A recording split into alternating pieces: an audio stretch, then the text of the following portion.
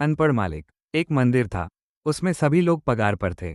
आरती वाला, पूजा कराने वाला आदमी, घंटा बजाने वाला भी पगार पर था। घंटा बजाने वाला आदमी आरती के समय भाव के साथ इतना मशगूल हो जाता था कि होश में ही नहीं रहता था। घंटा बजाने वाला व्यक्ति पूरे भक्ति भाव से खुद का काम करता था। मंदिर में आने वाले सभी व्यक्ति भगवान के साथ साथ घंटा बजाने वाले व्यक्ति के भाव के भी दर्शन करते थे। उसकी भी वाह वाह होती थी। एक दिन मंदिर का ट्रस्ट बदल गया और नए ट्रस्टी ने ऐसा आदेश जारी किया कि अपने मंदिर में काम करते सब लोग पढ़े लिखे होना जरूरी है। जो पढ़े लिखे नहीं है उन्हें निकाल दिया जाएगा। उस घंटा बजाने वाले भाई को ट्रस्टी ने कहा कि तुम्हारी आज तक का पगार ले लो, कल से तुम नौकरी पर मत आना। उस घंटा बजाने वाले व्यक्ति ने कहा, साहेब भले मैं पढ़ा लिखा नहीं हूं, परंतु इस कार्य में मेरा भाव भगवान से जुड़ा हुआ है, देखो। ट्रस्टी ने कहा, सुन लो, तुम पढ़े लिखे नहीं हो, इसलिए तुम्हें रखने में नहीं आएगा। दूसरे दिन मंदिर में नए लोगों को रखने में आया, परंतु आरती में आए लोगों को अब पहले जैसा मजा नहीं आता था। घंटा बजाने वाले व्यक्ति की सभी को कमी महसूस होती थी। कुछ लोग मिलकर घंटा बजाने वाले व्यक्ति के घर गए और विनती करी, तुम मंदिर आओ। उस भाई ने जवाब दिया, मैं आऊंगा तो ट्रस्टी को लगेगा कि मैं नौकरी लेने के लिए आया है, इसलिए मैं नहीं आ सकता।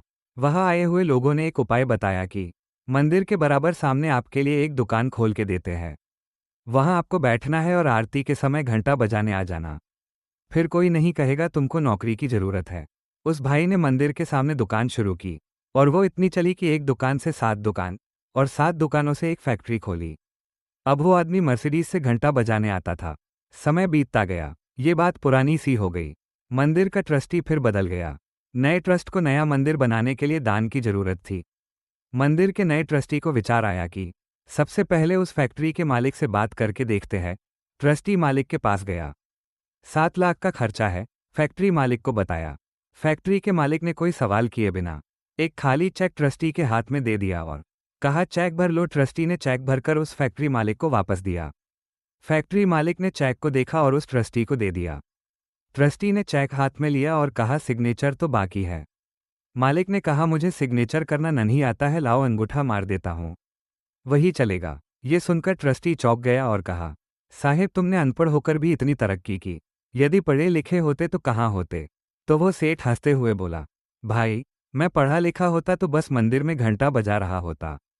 सारांश, कार्य कोई भी हो, परिस्थिति कैसी भी हो, तुम्हारी काबिलियत तुम्हारी भावना पर निर्भर करती है। भावनाएं शुद्ध होगी, कर्म सत्य मार्ग पर होगा, तो ईश्वर और सुंदर भविष्य पक्का तुम्हारा साथ देगा। मन उज्जवल रखें, ईश्वर सदैव साथ रहेगा। आपको ये कहानी कैसी लगी? ऐसी ही नई नई और प्रेरणादायक कहानियां सुनने के लिए हमारे चैनल को जरूर फॉलो और कमेंट करें। धन्यवाद।